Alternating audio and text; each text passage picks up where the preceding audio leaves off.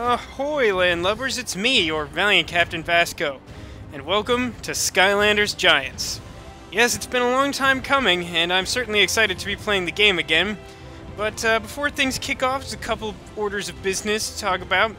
First and foremost, this is episode 0 of the Skylanders Giants series. What does that mean exactly?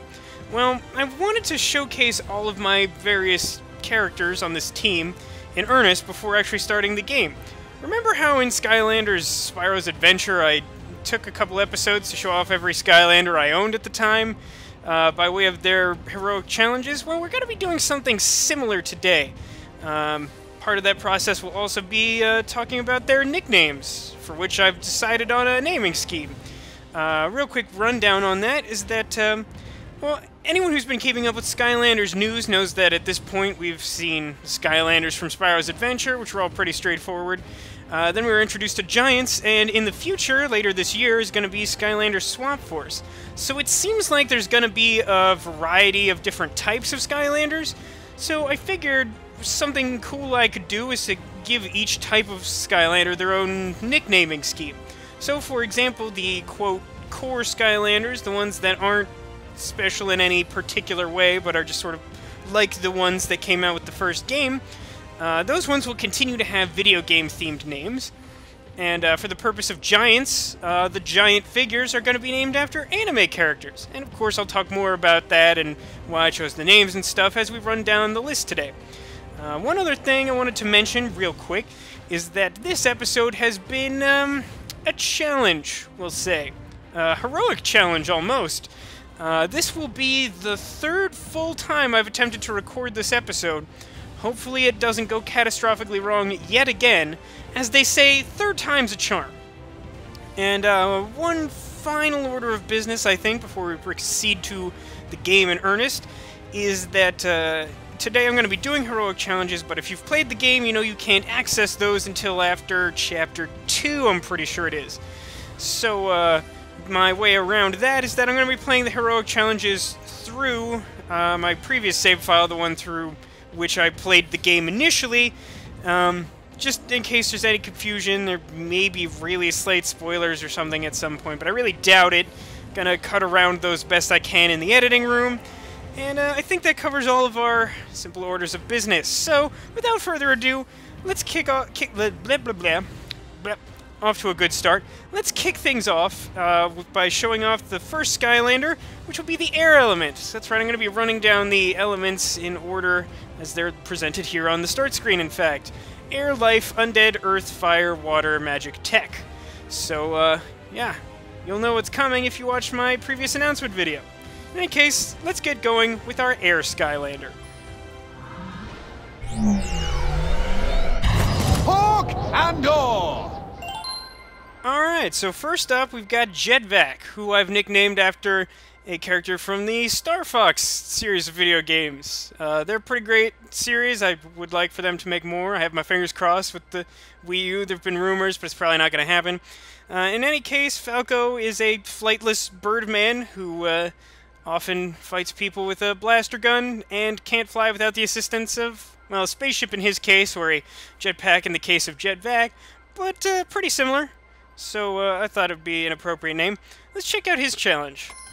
Jet-Vac's challenge is called Nort's Winter Classic. It's a pretty simple race against time. It's the only actual race I know of, but again, I haven't really played all of the heroic challenges, only the ones for characters I own, and I don't own all of them because that would be very, very expensive. I already probably have too many, but I'm just going to ignore that fact and let Callie explain the rules to this challenge. Light core. Every winter, hundreds gather to watch competitors take on Emperor Nort's icy racetrack. See how fast you can do a few laps, maybe even try to break the all-time record. But I must warn you, something about these races always seems to attract a bad element. Don't let those creeps throw you off your game. 3. I love that Kelly mentions defeating the all-time record, but it's never stated what the all-time record is. I guess so you can just pretend that you've beaten the all-time record no matter what happens. In any case, I did forget to mention that this is a light core version of Jet-Vac, for what it's worth. I have mentioned in videos in the past that I'm a fan of light core characters, even though a lot of people think that they're a waste of money or whatever. I think they're neat. so I have them wherever possible, which at the moment means that I have 2 on my team. Man, I hate these guys. These guys suck. Alright, so the idea here is simply to make 4 laps around this track. It's pretty straightforward. It's obviously a little bit easier if your character's upgraded. Also easier if whatever character you're playing with has the ability to fly or float with like a Jet-Vac or something along those lines. It lets you get around the ice physics, which make you slide and waste some of your time, stuff like that. It's very helpful to try and kill the Chompies wherever possible. If they get in your path, not only do they slow you down by being in your way, but they can also freeze you, as you saw earlier. Here's also something worthy of note. See that orange circle with the T-Rex face on it? Can't really slow down because I'm in the middle of a race, but that little glowing symbol in front of that wall indicates that a giant has an ability that will work there. Now, the way that works is most giant symbols represent some sort of path that a giant is strong enough to open that a normal Skylander cannot. In this case, the attack from a giant can smash through that wall and create a little bit of a shortcut, which is super handy because giants, despite their tremendous strength that allows them to break down walls and move islands and things of that nature, it does come at the cost of making them rather slow. So making a shortcut for themselves and cutting through some of this ice zone, definitely a helpful ability. During the course of these heroic challenges, I did want to talk about upgrade pads and skills that the characters have. So Jet-Vac here has this blaster gun, obviously, the thing I've been firing incessantly this whole race. He also, his second primary attack is a whirling blade vacuum. The way that works is that I can sort of draw enemies close and attack them with the blades that are attached to the front of the gun. So the 2 major upgrade pads for him, and by major I mean only, are called Jet-Vacateer, which focuses on giving him a jetpack and the ability to fly and also do some aerial corkscrew maneuvers. From everything I've read, that's kind of a difficult move to master, and it's not terribly powerful even when you do.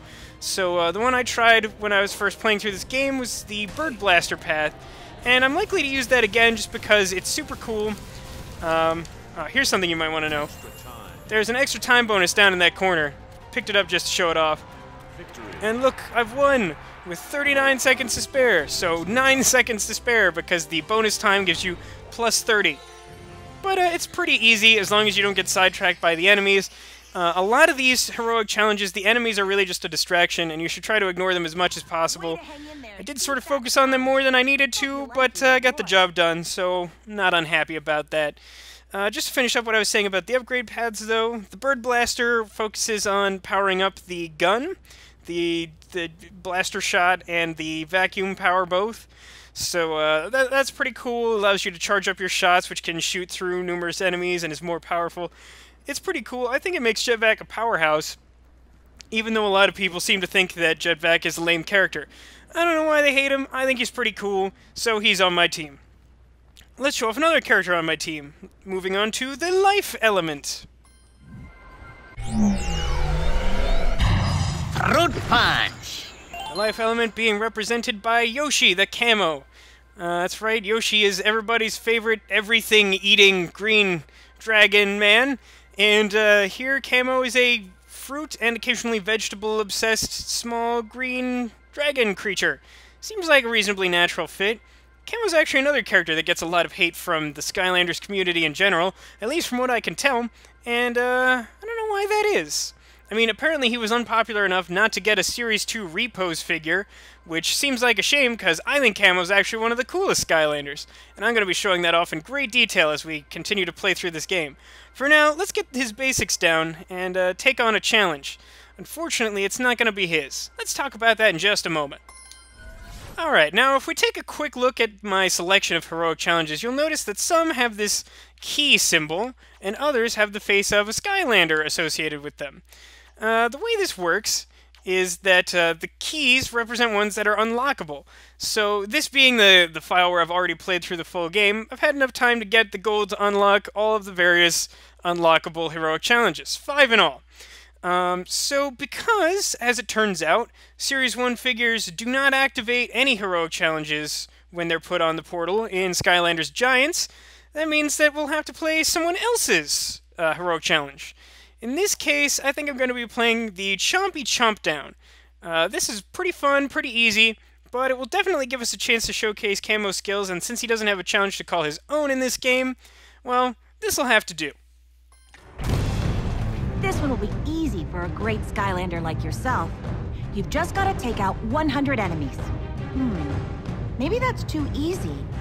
Let's make it interesting, shall we? 100 enemies, and you'll need to do it in just a few minutes. 3, 2. For once, Callie is not exaggerating in the slightest. This will be easy for any Skylander, really. The way this one works is that you have to kill 100 enemies in the time limit, as she suggested. It's really easy to do. You just sort of keep attacking, and don't ever stop attacking, and you're good. Even these flamethrower guys, who I'm pretty sure do extra damage to life Skylanders, aren't any match for Camo. So let's talk about Camo's skills, shall we? So his primary attack is this fireball thing that I've been blasting constantly. It's a pretty good basic attack, got a reasonable range to it, does a reasonable amount of damage. Nothing to write home about, but it's pretty multi-purpose. Secondary attack, oh, got stuck in the wall there. Let's take care of these Chompies and attack someone at range with it, because that'll be easier to show off, because it's something of a ranged attack. It's this vine attack. I forget the specific name for it, but basically it's a homing vine that generates like exploding, like chili peppers or something. It's kind of cool. It targets enemies from like medium range, so if you're anywhere near them, it'll basically figure out what to kill for itself. It's kind of cool. So let's talk about his upgrade paths. First, we have the Vine Virtuoso. That upgrades the exploding vines. Secondly, we have the Melon Master. That upgrades a skill that we haven't unlocked yet because these Skylanders are all level 1. In fact, none of them had any experience before we started playing today. The way that attack works, the one in question, again, I forget the specific name of the individual attack, but the way it works is that you bury yourself underground, summon a bunch of giant watermelons, and fling them at enemies in every direction. It's a spectacular attack, does a lot of damage, it protects you from damage. It's pretty great multi-purpose. Works at a range or close range. It's pretty good all around, as it were. So the other attack, the other upgrade path rather, focuses on making the melons larger and harder to dodge, things of that nature. That's definitely the upgrade path I prefer for Camo, and again, I'm pretty sure that's the one I'll be following during the course of this playthrough. It's one of the things that really endears this character to me, and I want to show off why this character's so great, so I think I'm going to stick with what I know is spectacular, as opposed to something that's probably good, but not my favorite. I mean, the melon attack is just great. Just wait till you see it. It's something to write home about. Again, this is a very simple challenge, even easier than the last one, I would say. Any Skylander should be able to do this without any upgrades of any kind. It's really simple. Just kill a bunch of Chompies, avoid the attacks of the few relevant enemies, and in the end, you will be successful and get, I think it was elemental power. Wasn't paying close attention. I don't pay close attention to the upgrades that you get from the heroic challenges because I generally have the same idea as I did last time. When I played through the challenges in Spyro's Adventure, I basically just did the one associated with each character so that no character had any upgrades that you couldn't access if you didn't have, like, the specific set of Skylanders I did.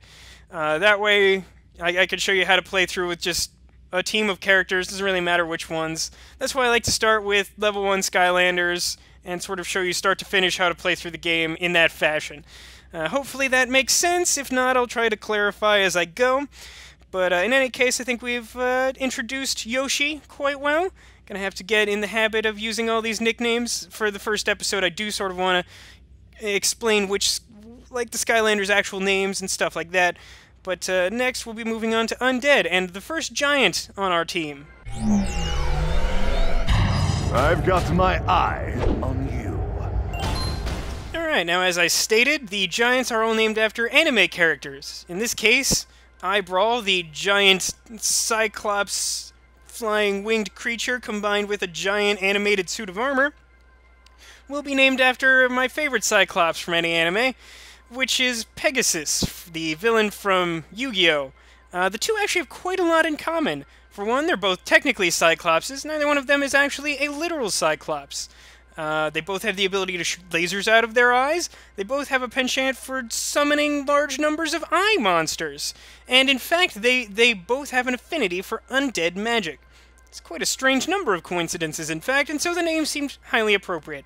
Now, Eye-Brawl's challenge is one of the more difficult ones on this list, I would say, so let's get to it and see if I can shine some light on a strategy to help you beat it if you're playing along at home. Alright, Eye-Brawl's challenge is called Break the Fakes, and once again, Callie will explain the rules. Oh boy, those trolls just don't know when to quit. Now they've taken to forging imitations of some very expensive works of art. What's worse is that they're selling them off as originals to unsuspecting patrons. Let's break up this ring by breaking as many of these imitations as you can. And the more each one is worth, the better. 3. So the basic idea behind this one is actually quite similar to the last one. Only instead of killing as many enemies as possible, we're killing as many non-enemies as possible. So there's going to be a bunch of vases, pottery, paintings, artwork, things of that nature. And the goal is to simply break all of it. I don't think it's necessarily all of it that you have to break, but you should really break anything you can find, because there's definitely not an abundance of extra valuables lying around, and you have to reach $999 worth of destruction, so, you know, you got a lot of work ahead of you. Especially if you're playing through this as Eye-Brawl or any other unupgraded giant, because the giants, as I've mentioned, tend to be rather slow. Now, something interesting I want to point out about these tricky giant spider enemies is that Eye-Brawl actually has a built-in defense mechanism against them. Normally, they have this ability to shoot web at some distance, which freezes you in place and begins to drag you into their web of defeat, or whatever you want to call it. In any case, it's very dangerous and very annoying because it can stun you out of whatever attack you're in the middle of making. If you separate Eye-Brawl's eyeball from his body, then he will be impervious to that attack. Or it will hit him, but it won't do any damage, it won't stun you. It basically doesn't have any effect at all. Let's show it off here. So my body's there. Well, I guess it does do damage, but it definitely doesn't have the same full effect that it would otherwise. Definitely have to punch our way through here, break some vase, single one. I'm pretty sure... Well, talk about that later. One thing to watch out for, one thing that's caught me up multiple times while trying to run through this, because, again, I've recorded this multiple times and have attempted to beat this multiple times. Also, don't forget that playing as a giant means that you can just punch through these walls instead of having to use bombs to explode them. It's definitely a nice touch, especially to counteract the fact that you move very slowly, and going back and forth to collect bombs to break through things would be, well, it'd be quite inconvenient, to say the least. At the bottom of this map, though, is the trap that I was mentioning. The bottom, like, leftish corner, I don't know, basically the bottom area of the map leads to, if you break this, there's a portal. Is there actually anything up here? I think it's just like a painting and like a portal that sometimes the game won't let you go through. Don't know what that's all about. Right, still haven't collected the key, that's important. Have to see if I can get the bonus time. Forget where that is in this one. I always forget where that is. I feel like most of the time challenges, maybe not all of them, but definitely most of them have hidden in them somewhere a clock that you can collect to gain bonus time, like the one I showed off in Jet-Vacs. I don't know that there's one for the one I showed off for Camo just now, the Chompies or whatever that's called. Again, this is one of the more challenging ones, especially if you get lost, and I think it's easy to get lost in this one. Maybe that's just me, but we did pick up the key. That's good. That may be enough to save us. We'll see what happens. So the key unlocks this, and this room is just chock full of valuable treasures, which we can beat up on in hurried fashion. 10 seconds remaining. Doesn't look like it's going to be quite enough to save us this time, unfortunately, but one more try should probably do it, so I'll see you back here to talk about Eye-Brawl some more. Alright, take two. I think we've got our handle on the rules for this one. Now, since I spent most of last time talking just about the challenge, because it does have a lot to say about it, and talking about giants in general, of course, this time let's focus more on Eye-Brawl's attack. So his main attack is this giant fist smash thing. It's pretty cool. A lot of people say it doesn't do that much damage, but I think it does a reasonable amount, considering it is a basic attack. His secondary attack didn't show up quite so much last time, is the ability to split himself off from his body, fly around as an eyeball, and shoot lasers, also pressing the primary attack button once you're airborne. That's pretty cool. That leads to my favorite upgrade path of his. But let's talk about his his simpler one first, shall we? The two upgrade paths are called Eye-Brawler and an Eye for an Eye. Eye-Brawler focuses on his physical attacks, gives him some combos, things of that nature. The Eye for an Eye focuses more on his flying eye laser attacks. It's pretty cool. Here we're showing off something important to know about Eye-Brawl, in fact. You'll notice that the enemies ganged up on him a little bit and started attacking the body, even though I was attacking them from behind with the giant eyeball. Well, the reason for that is that your health points are sort of situated with your armor as Eye-Brawl. So that's something to watch out for, because while you can do a lot of damage flying around quickly and, you know, shooting lasers at everything, if your body's stuck in a corner where enemies are able to damage you freely, well, that can cause you some trouble and even get him knocked out unexpectedly if you're not paying close attention. Alright, now that I've taken care of those guys, I think I'm going to walk down this path first, as I think that's where we found the key before, so break through this giant wall. Continue to smash through all of the pottery. Yeah, so the two upgrade paths are punching and combos, which to me isn't nearly as exciting as getting the ability to, like, summon more eyeballs, fly around, do a couple of interesting aerial tricks, things of that nature. It's pretty cool. Again, that's probably the upgrade path I'm going for, Eye for an Eye. But I'm definitely interested to know what you guys think in the comments, and I'd love to hear you guys weigh in. So definitely talk to me about these things. So let's see if I can punch my way through all of this treasure, get back to where I know the locked door is, and find my way out of this forsaken maze, shall we? I think we got this one. None of these seem to lead us to anything terribly useful. Oh good, I've leveled up. That's definitely more experience than I wanted to gain from this, but well, I'll take what I can get so long as I can actually beat this challenge, because I'm not gonna stop playing this until I beat it, which might be real unfortunate for me the way this is looking right now. Of course, now that I think I've finally ironed out all those technical difficulties, this is gonna be really not fun, I think. Anyway, we now have our first level 2 Skylander. That's interesting and unnecessary.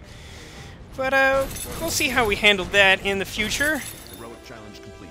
Excellent job. Whew. For now, this challenge is complete, and thankfully so, because I'm quite sick of playing it. Again, it's one of the more difficult ones on the list to do, and we'll deal with the advanced level of Pegasus in the future. Definitely deserve this reward. I think that covers all his bases for now. 2 run-throughs, a complicated heroic challenge will do that for you. Let's move on to our next candidate, the Earth Giant Crusher. It's Crush Hour. As I said, this character, the Skylander, is a giant of the Earth element named Crusher. And again, he's named after an anime character, this time Flint the Time Detective.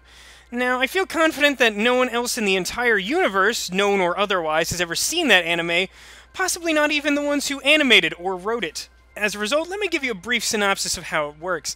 Flint the Time Detective is about a young caveman who carries around his father, who's a big stone slab with a frowny face basically drawn on it, and the two of them travel through time with like a scientist and some kids or something, and they find these little fairy creatures who have done important things throughout history, and they save them from some evil woman with a stamp of nebulous power and construction. The reason why I've decided to name this giant Flint after that caveman is for 2 reasons. Firstly, Flint seems like a pretty good name for a giant rock guy. Secondly, on that show, as I mentioned, the main character carries around his father, a big stone slab with which he wails on bad guys. And there is one upgrade path you can follow that turns the giant hammer that Crusher wields into his father. So it's a pretty interesting and unlikely parallel that I thought warranted a reference. So there you go, Flint the Giant. Now let's check out a heroic challenge for him. Although this one's going to be a little bit odd. Now when I say this one's going to be odd, what I mean is I'm not going to be taking on Crusher's challenge this time around, because to be quite frank, I tried doing this challenge with a fully upgraded Crusher, and I think I almost died of a stroke. It's incredibly frustrating and difficult to do, even with his full upgrades. So trying to do it without his full upgrades, I'm not even sure that's physically possible. So what we're going to do instead is save this challenge for another Skylander, so we'll deal with it later.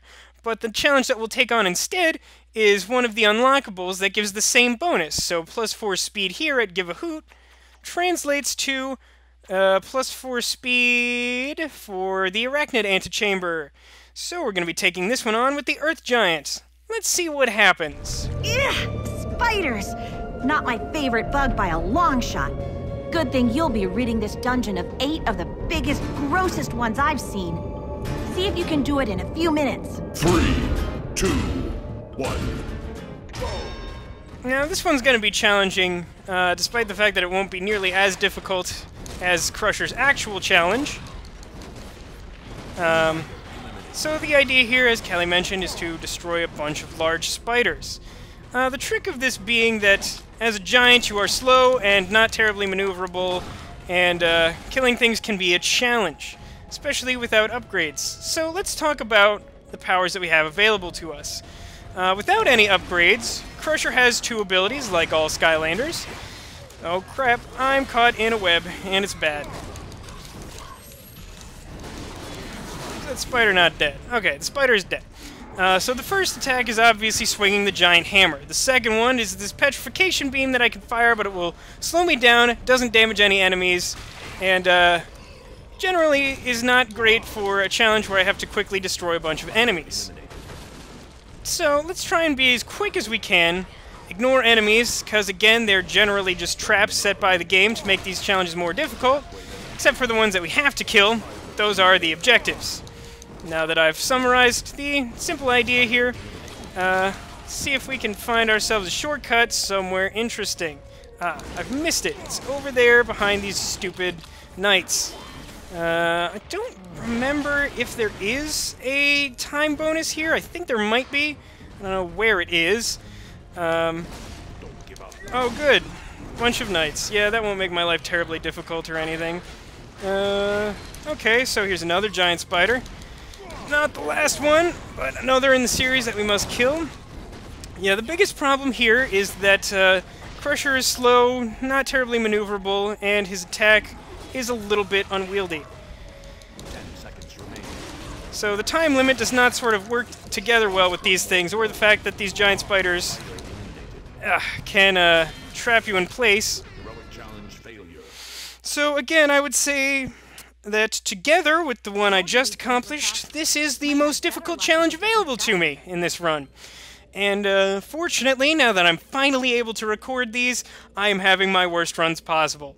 So, let's just ease on past that and take another stab at this one, shall we? Yes, kill all the spiders. I do understand, Callie. I do have short-term memory.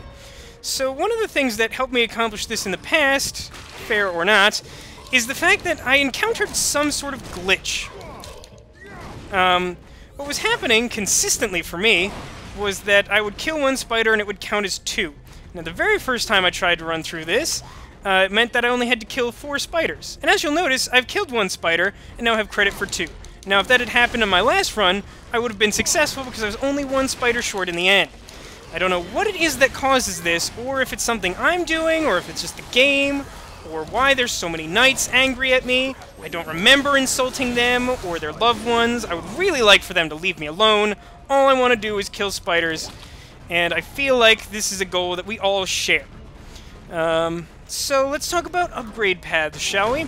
So, like all Skylanders, Crusher, or Flint as we're going to call him, has 2 upgrade paths.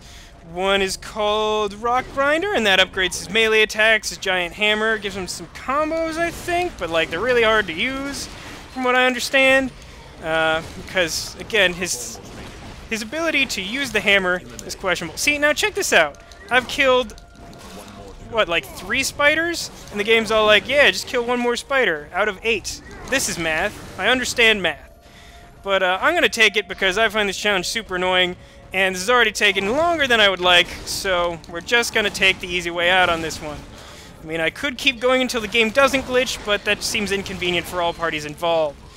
Also, I'm running low on time anyway, so there we go. Bob's your uncle. Pro tip, if you want to get through this one easily, wait until the game glitches and gives you credit for twice as many spiders as you've killed. Why does it do this? I don't know. It does it somewhat consistently, but not always. literally have no idea what this means or why it happens, but again, I'm just going to take it.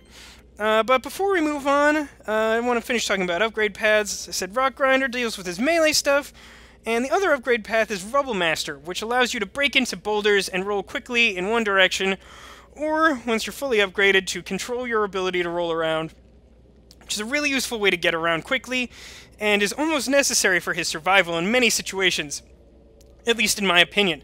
So, again, that's probably the upgrade path that I'm going to be focusing on, but I will entertain all submissions in the comments, so long as you make me a pretty strong argument as to why I should take the other option. Now that we've had 2 runs at this, which is, again, more than I wanted to deal with, let's move on to our next character, who I'm confident will manage to take on his challenge in just one go. Run! See spot burn! Meet Rush, the hot dog, named for the canine companion of one of my favorite video game heroes, Mega Man. He's a very loyal, powerful dog. You could say he's Mega Man's best friend. Yeah, it's a bad joke, but what are you gonna do? So, yeah, if you followed my Captain's Cabin videos and you saw my initial announcement about this team, then you'll know I was very excited to play with him, and when I finally had the chance to play with him, got my hands on him, he's even more amazing than I could ever have hoped for. He's definitely one of my favorite Skylanders of all time, if not my favorite Skylander, and we'll definitely be having many chances to show off why, and we're going to start today with his heroic challenge. Rush's heroic challenge is called a Real Goat Getter, a fantastic pun to go with the terrible wordplay that I submitted before, and this just a heads up. This challenge has probably my favorite line of dialogue from either Skylanders game, which is, well, we'll talk about it as we go. Let's let Callie explain the rules, shall we? Ermit's entire herd of goats have escaped, probably because he has no gate for their pen. Your goal is to get them all back in time. They'll follow you, but don't get too far away, or they'll just wander off again. 3, 2, 1. Alright, so quickly I should note that most of the goats in this level are further down than where you start. And it's going out of its way to show me that I put goats in the goat pen, which seems like an unnecessary announcement, but I do appreciate them trying to help. So the idea is to collect goats in the pen. That's pretty cool. For some reason, the goats can block your shots, which is something to watch out for. It's kind of annoying if you are getting ganged up on by enemy monsters. So, that line of dialogue I mentioned before. If you collect, I believe it's 6 goats, the narrator will say, "You've got a lot of goats right now." And it makes me happy every time. So I'm going to go out of my way, even though it's a bad idea to try and collect this many goats at once. I'm going to try and get 6. It's very hard to navigate the narrow passages of this level with 6 without losing some. When you lose them, they'll start wandering off on their own, like that goat is doing right now. Hopefully to demonstrate my point and not to irritate me or anything like that. So one important thing about this level is that I'm pretty sure that you'll need to use a bomb to complete it. I think there's enough goats hidden behind walls that you'll need to destroy at least one. So we're going to do that here. The one I suggest is this one down here. Because when you blow it up, there's like 4 goats in this pen. It's 3 or 4. If you were paying close attention, I'm sure I'll boost the audio for you. But the narrator did in fact say, "You've got a lot of goats right now." And I hope you enjoyed that. As I said, it is a really bad idea to try and move this many goats around, because it will always end in failure. So, yeah, see, look at all the goats running away. Alright, so we've got, I think, all of the goats right now. I've got a lot of goats right now. So now that I've got a lot of goats, let's talk about Rush, the hot dog. So, hot dog's primary attacks, the ones he starts with, are this fireball thing I was using earlier, and the ability to create literal firewalls. Anyone who knows things about internet security might find that pun amusing. I think it's pretty great. So, dang it, goat. I'll get the goat in a second. He's just being a jerk. I have a lot of goats right now. I have a lot of goats right now. I don't know if you know this about me, guys. I've got a lot of goats right now. I don't think I actually made a point of it before, but up in this walled area, the one right off to the right, was where you find the time bonus for this one. Adds 30 seconds to your clock. The clock here isn't terribly unforgiving so long as you know where the pockets of goats are, like where you want to find all the goats. 2 playthroughs the level's probably enough to show you where the goats that you want to fight are. These enemies right here, the one I just killed, that guy's called an Inhuman Shield. They're super annoying. I'm going to complain about them later. I really don't like them.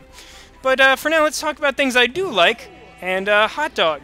So his 2 upgrade paths are called Burning Bow Wow and Pyro Pooch. Burning Bow Wow focuses on his fireball attacks, and lets him fire more of them, makes them explode, do more damage, things like that. It's pretty cool, but the one I like, it's called Pyro Pooch. So I need 1 more goat. Pretty sure I've been to enough places to get 10, so I imagine somewhere along the way when I had a lot of goats I just lost one, didn't notice it. Problematic, but it happens. I think there's 1 more. Where can I find another one? I've got 1 minute 30 seconds to find it, but I'm gonna make myself look real stupid if I don't manage to pull it off. So let's see if there's... oh, look, a goat. I think you ran away from me earlier, because I don't think there's 2 goats here. In any case, I'm going to pick up this other goat just in case they decide to be tricky and try to run away. Don't mind that guy.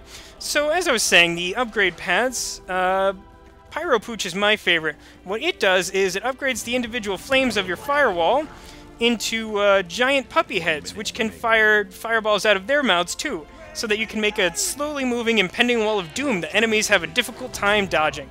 And as with most of the upgrade paths that I've expressed an affinity for, this is definitely the one that I'm planning on picking up. In this case, I'm almost positive that I will take the Pyro Pooch path. Ugh, try saying that 3 times fast. But it's really strong, it's really entertaining, and it's one of the things I most like about Hot Dog. So again, it's a character that I already know what I like about him, and that's what I'm probably going to be doing. So now that I think I've explained that as much as I'm going to for today, let's move on to the water element, and Skylander that might be of particular interest to me if you've been watching my recent videos. Hail to the whale! Behold, Laboon, the Thumpback. That's right, this isn't going to be super relevant in the future, but I'm trying to drum up interest in it for the present.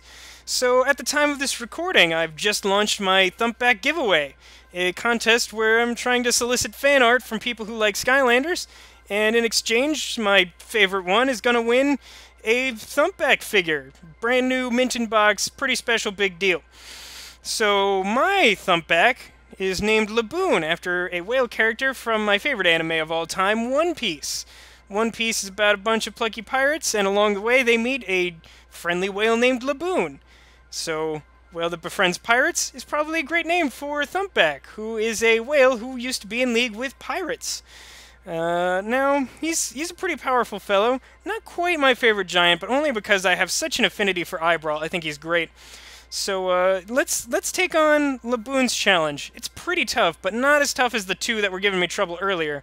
Let's see if I can get this one done in 1 run. Alright, Thumpback's challenge is called the King's Breech. And I've got several pro tips that'll help make short work of this one. So hang on to my every word for this one. I promise I actually have some experience and good advice. The Capybara King was about to deliver a speech to his subjects when suddenly the Archaeans invaded. Only way to fight them off is with the castle's cannons, but when the soldiers went out for cannonballs, they were captured. Rescue the soldiers, get the cannonballs, and fire the cannons. Maybe through your heroism, Capybara King will find his voice. 3, 2, 1. Alright, so right off the bat, this is a challenge where time is definitely of the essence. The idea is to free all of these trapped soldiers. They're behind locked gates, and once you do so, you'll stage a final defense of your castle against the invading Archaean forces. The first thing you're probably going to want to do is come over here. Immediately to the right of the castle is some bonus time. Now again, since you're probably going to be playing this with Thumpback, who's a big, slow giant, it's helpful to have an extra 30 seconds to try and navigate things. So, his 2 attacks are this awesome Anchor Swing, which has pretty good range to it, does pretty good amount of damage, and is the source of one of his upgrade pads. The other attack he has to start with is this giant belly flop weirdness. Like a lot of giant characters, most of them in fact, he has a means of moving more quickly, and that is the belly flop. Most giants have something they can do to move more quickly than their regular base speed, because giants are, again, by their nature, quite slow. So let's talk about the upgrade paths briefly. His 2 upgrade paths are Anchors of Yay, which focus on his anchor, gives him a couple combos, increases their damage, stuff like that. And his other one is called Up Close and Personal, and it does some weird, kooky things. It, for one, gives him a really powerful close-range barf attack.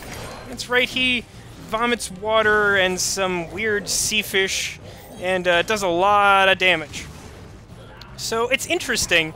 I'm not honestly sure which upgrade path is better. The one I played with initially was Up Close and Personal, the one with the weird fish vomit.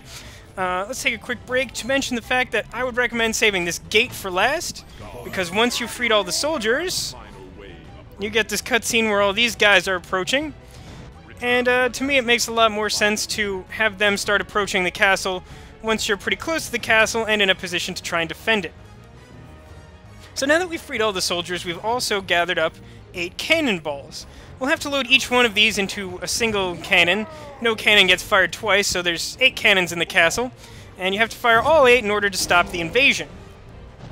Of course, the weird thing to me about this challenge is that we're trying to stop the invasion of Archaeans, and yet the whole time that we're fending them off here in the last stretch, they're just sort of spawning inside the castle.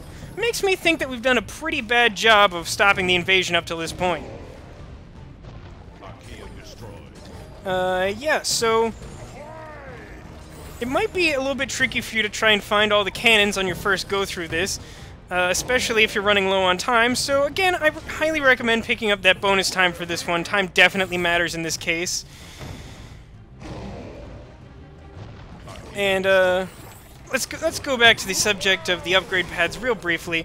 Thumpback is one character for whom I'm particularly undecided, so I'd definitely like for you guys to weigh in the comments as to which upgrade path you think I should try.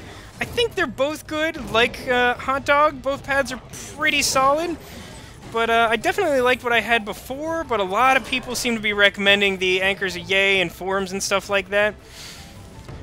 So again, it's important to try and figure out where all the cannons are, so if you have a couple seconds to spare on your first run through this, it might be worth just sort of taking a look around the castle to find them, or you could just, you know, rewatch this video a couple times, because it will show you how to do it pretty quickly. We've got almost a full minute to spare here. And we've stopped the invasion. Excellent job. Although, we certainly didn't stop ourselves from being sneak attacked from the back by a knight carrying a gigantic broadsword that's even taller than our giant whale. I don't even know what to say about that. But I can say that we've taken on this challenge successfully, and I think I've touched on all the major points with Thumpback. So let's move on to our next character, yet another giant, and our magic Skylander. Any last wishes? My Ninjini is named Hinata, after a character from the anime Naruto. Now, I know there's a lot of ninjas in anime history, but to be quite honest, I don't know a lot of, like, significant female ninja characters. I mean, I was definitely hard-pressed to find one that would be recognizable. The one that most came to mind is perhaps a larger character from the Naruto series, Sakura. However, it's kind of a generic Japanese name, and also I kind of just like the character Hinata better. She's very relatable, very cute, and you'd be surprised how few genies there are in anime, or at least ones that you would recognize. I also had briefly considered other naming schemes for the giants, but really, most genie stories involve a genie named Genie, so there's not a whole lot of variety there. In any case, let's take on this heroic challenge. This is going to be a fun one, and it's pretty straightforward, thankfully. Woolly Bullies is the name of this heroic challenge, and it's certainly an odd one. I think Callie will do a better job of summarizing it than I will, plus I'm probably going to play her audio anyway, so I might as well not have it said twice. Get a load of this. A gang of trolls has been stealing wool, and to disguise themselves, they wear some pretty convincing sheep costumes. Your mission is to find these trolls in sheep's clothing and take them out. In fact, you might just want to get every sheep you see, just in case. 3, 2, So as Callie just suggested, the name of the game this time around is basically, yet again, just beat on all the enemies. Or really, in this case, beat on all things that are moving. Because you'll have to kill all of the trolls, but, you know, I suspected the first time I played this that attacking a troll would cause it to, or attacking a sheep rather, would cause the sheep to reveal itself if it was in fact a troll. However, that is not always the case, or perhaps it's not the case at all. To be honest, I don't really know exactly what causes them to stop hiding in the sheeps, but I know that you're better off just attacking all the sheep in the area until all of the trolls are dead. Now, if you want to play it careful for whatever reason, there are a couple of clues you can look for when attacking sheep. By the way, here's our bonus time for this level. So there are clues you can look for. For example, here you can see a little arm and the blaster of the troll sticking out from under the sheep. So obviously, that sheep is a troll, because most sheeps do not carry blasters or troll arms. So let's talk about Ninjini's attacks. First of all, she has these swords. They're pretty cool. She starts off with a cool combo that spins the swords around in all directions. It's good for being attacked by multiple enemies, or even just walking into a situation with multiple enemies. Her secondary attack, not quite so universally useful. She can turn herself into a bottle, and eventually she can launch projectiles from it.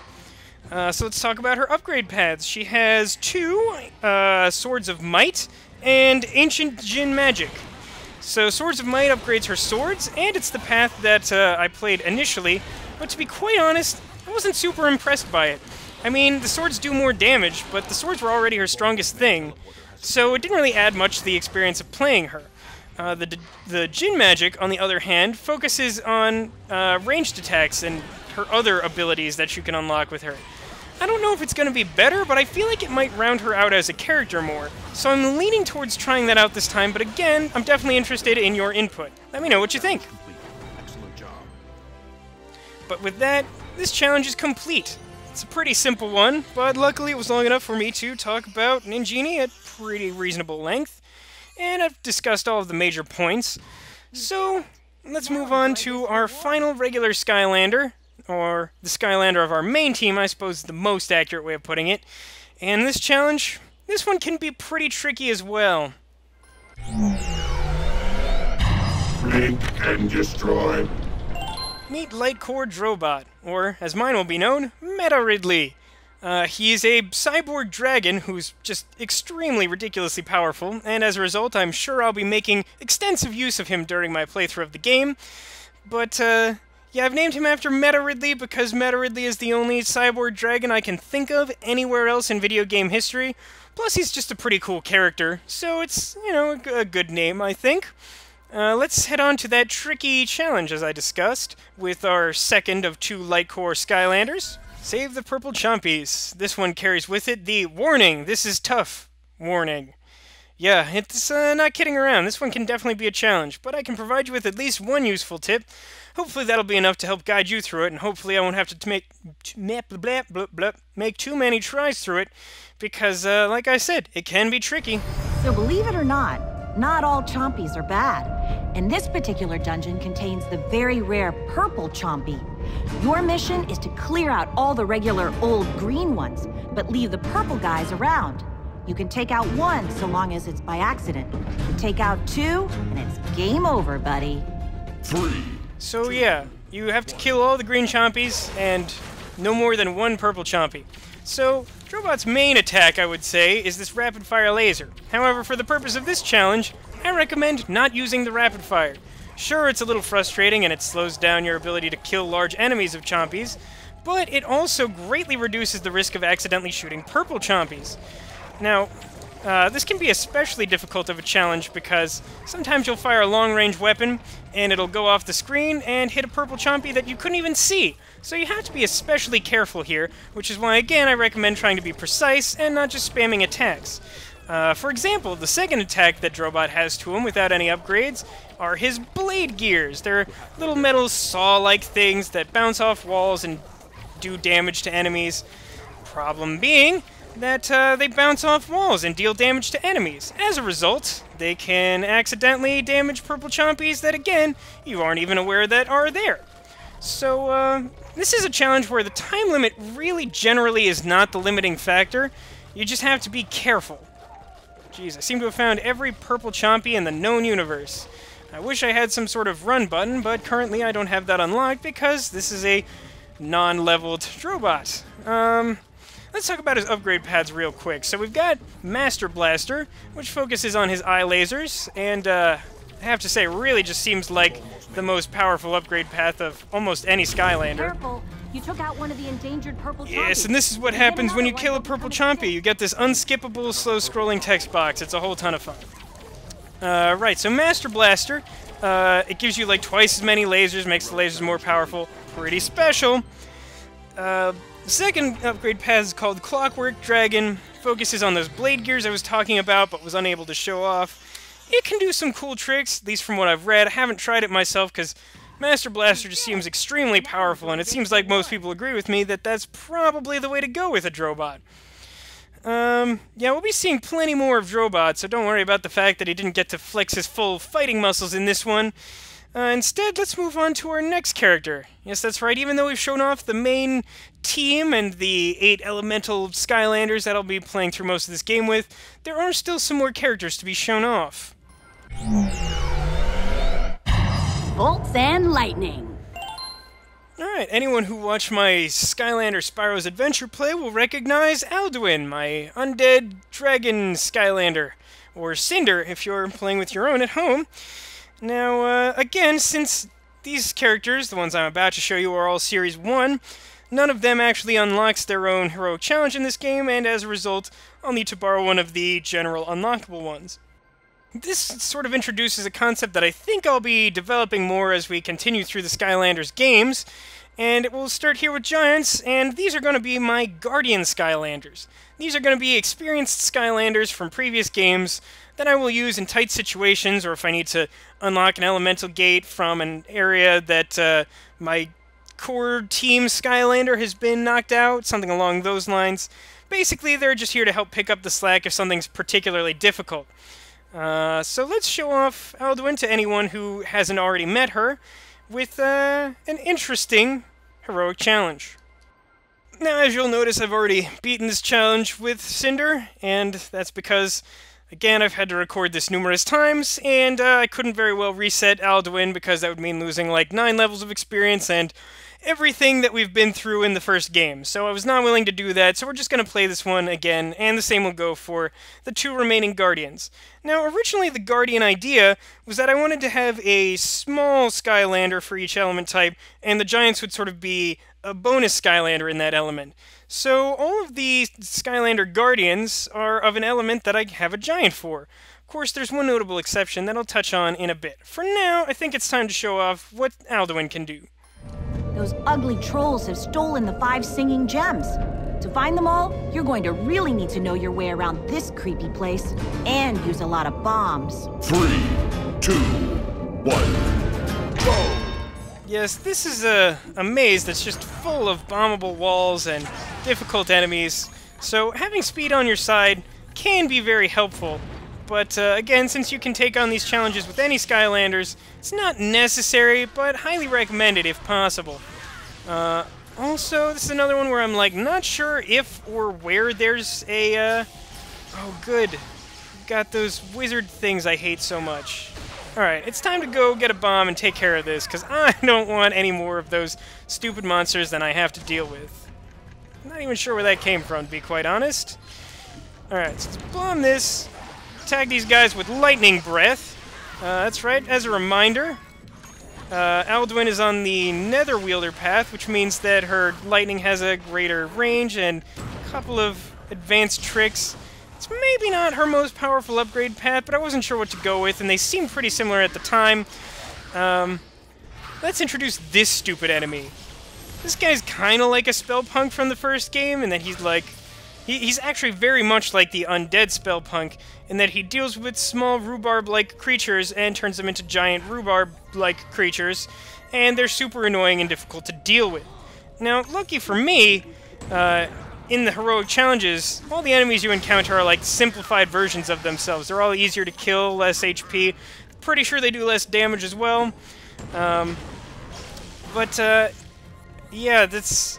It's a pretty annoying enemy type that I'm sure I'm going to be complaining about later, because they're... Well, if you watch Skylanders Spyro's Adventure, you know I'm no big fan of rhubarbs, and they're basically more mean rhubarbs. Something I didn't need to see in my lifetime. Luckily, this warpad up here gives us access to a bomb. Now again, time is definitely a factor for this one, but I feel like this is one that with a couple of tries you'll get the lay of the land, and it will be much easier to navigate. Unfortunately for me, I've played this one very little because I was trying to save actually beating this for on camera. Unfortunately, my plans didn't work out. Oh, there's a bomb. Don't have to backtrack all the way back. That's a nice feature. Let's break up this wall, pick up another singing gem. Interestingly enough, I'm sure I've played through this this heroic challenge and some of the other unlockable ones as well. I've heard tell that they are in fact the heroic challenges that belonged to characters that didn't get Series 2 repos, so things like Camo and Sunburn. Unfortunately, I didn't have the time, or rather didn't really take the time, to verify that with my own research. Pretty sure it's true, though, because a number of them have seemed familiar to me, and I imagine that's the reason why. Now, this is one of those situations where I always manage to forget where the last singing gem is, and I also don't remember where the nearest bomb is. Isn't there one over here? Yeah, there is. Alright, so I'm gonna hope it's behind one of those walls, because I think it's behind one of those walls, and I'd rather not have to do this again. So, what's behind door number 1? Singing gem. This warp might take me to one. Look at that! Singing gem. Yeah, I don't know. That one's sort of a trial and error challenge, I think.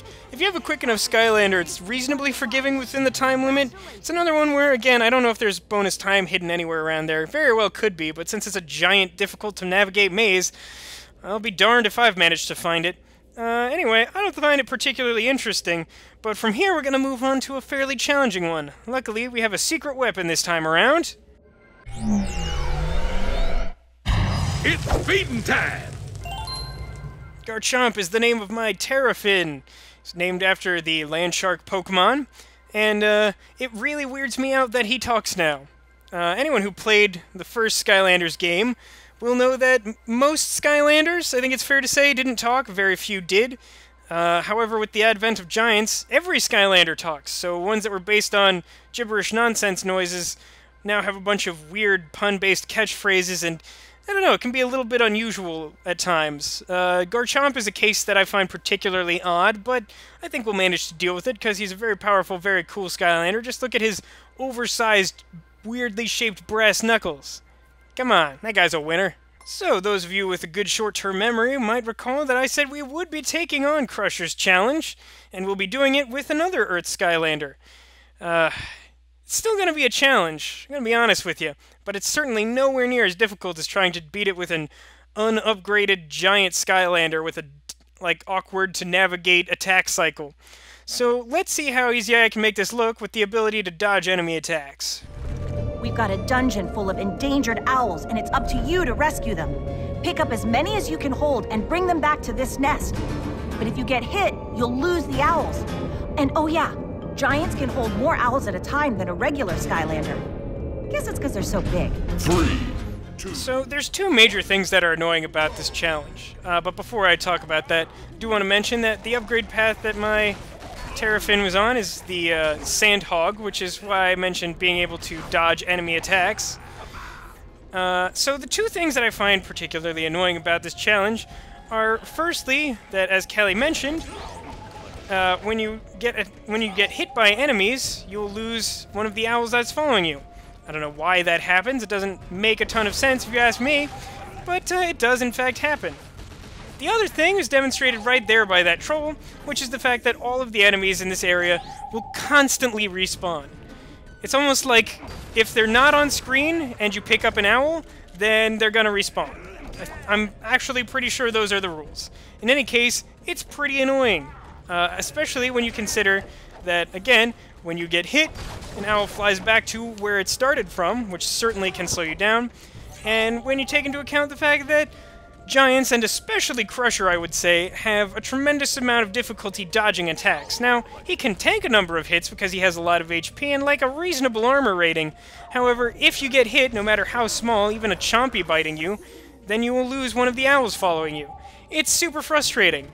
Even when he's fully upgraded with an ability that makes him have a greater ability to dodge. It's just that challenging. I did, during the course of my numerous attempts to record playing through this, manage to find a new trick I hadn't learned, which is actually very useful and might help if you did want to beat this with Crusher unupgraded. But really, I would just recommend waiting until you can upgrade him, because your life will be a lot easier, and you won't have any inclination to try and tear your own hair out. So, if we go over here and fight this troll, who will probably perpetually respawn and cause me a headache at some point in time, we'll find one owl, and we can make a teleporter appear. What does this do? Ugh, stupid Chompy. See how annoying that is? Look how annoying that is. I don't know why I didn't lose owls there, but I'm not going to complain. So, somehow I even managed to pick up a third owl. I really don't know what's going on. Game is glitching like crazy today, but the teleporter that you can open at the back is a shortcut back to start. Now this is hugely helpful because a number of the owls that you're trying to save aren't located anywhere close to start. So it definitely minimizes the number of enemies who can attack you and make you lose your owls. Definitely a handy thing to find, and I've managed to play through this several times without finding it, and I'm glad I did, because even now, I am glad that there's an easier way.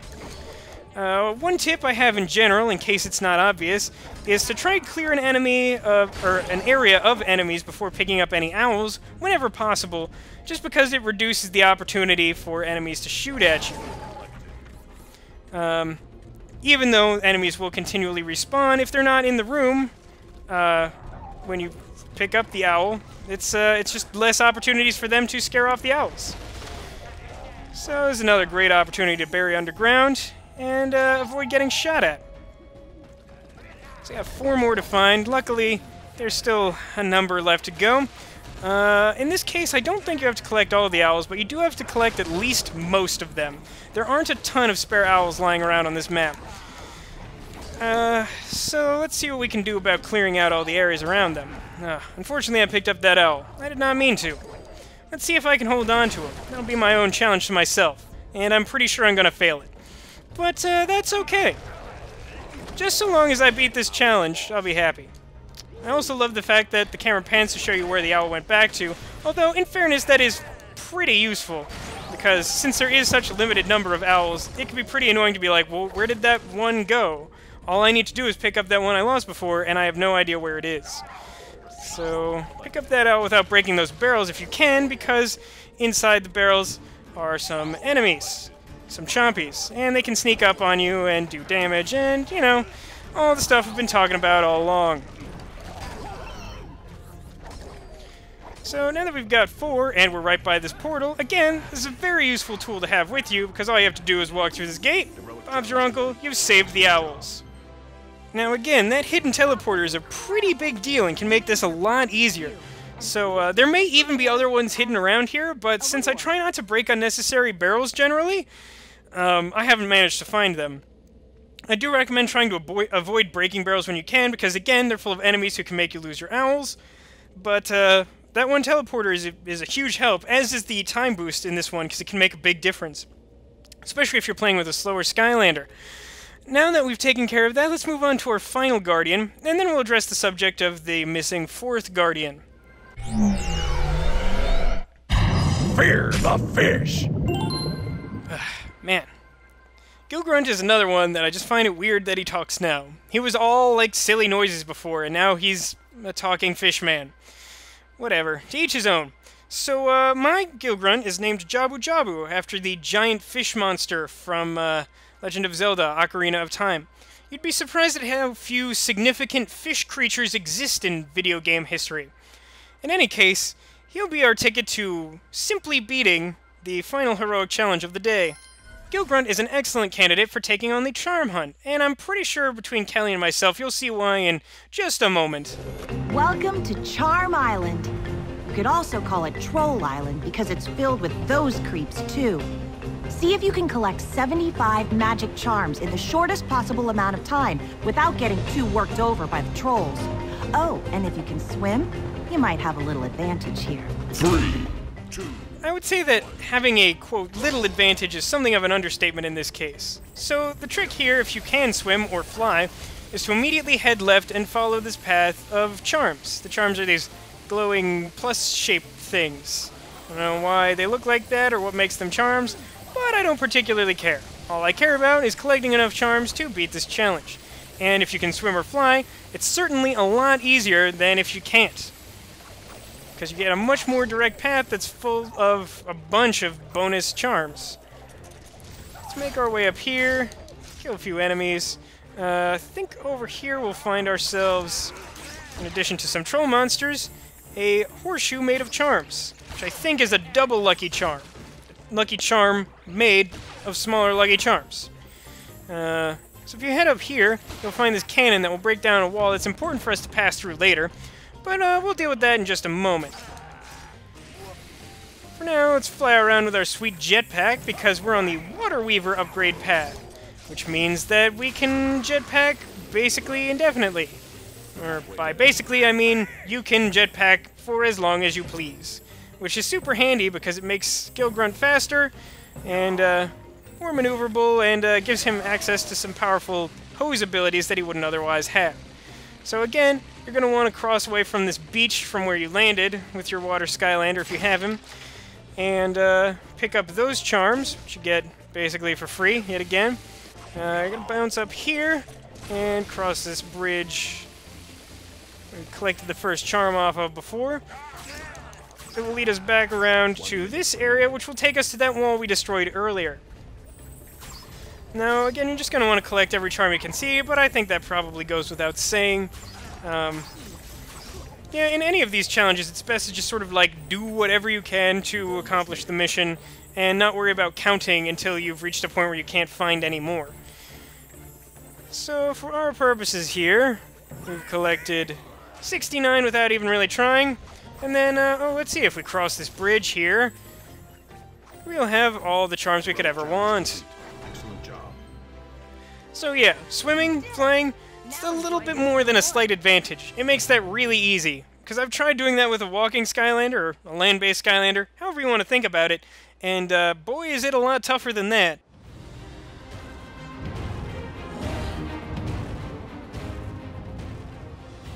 Alright, so real quick, let's talk about the missing Skylander's Guardian.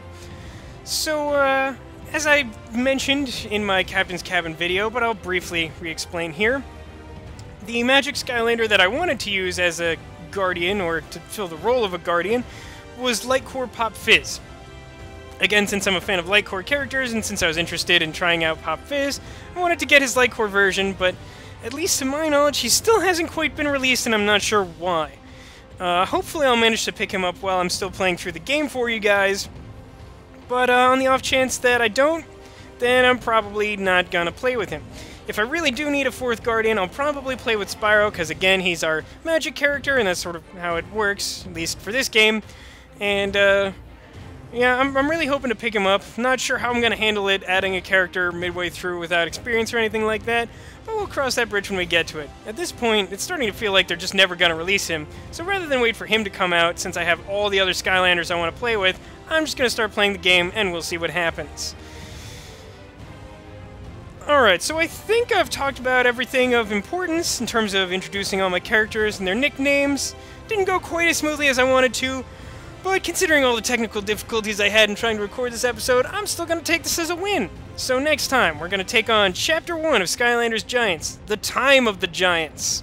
Now, if you haven't played through this game for yourself, it's probably not going to be quite what you're expecting. So I hope you guys are going to stay tuned and find out what exactly I'm talking about, because this game is beautiful and fun, and it's going to be a great time for you to watch, and I'm going to do my best to make it an entertaining, fun showtime. I'm trying really hard to make this sound exciting, but it is, I promise. Stay tuned. I'll see you then.